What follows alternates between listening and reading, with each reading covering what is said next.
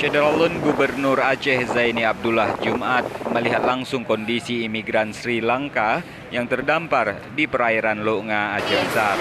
Please, Okay. kindly, We will do our kindly, best. please. Yes. We will do our best. Okay? But the boat not good. Dalam kesempatan itu, seorang imigran, Artika, meminta kapal mereka agar diganti dengan kapal yang lain. Menurut wanita 22 tahun ini, kapal yang ditumpangi kerap rusak. Mereka juga mengeluh kedinginan di tengah lautan. Mereka itu saya lihat lebih bagus bisa mandi sendiri dan sebagainya. Dan ini sesuai dengan anjuran daripada Pak Wapres yang kita dapat surat ataupun memo dari beliau.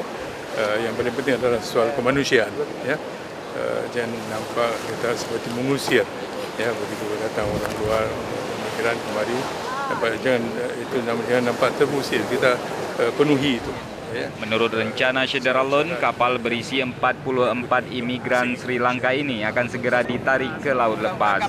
Perbaikan terhadap kapal itu sudah dilakukan, termasuk diberikan kebutuhan berupa makanan, air bersih, dan obat-obatan.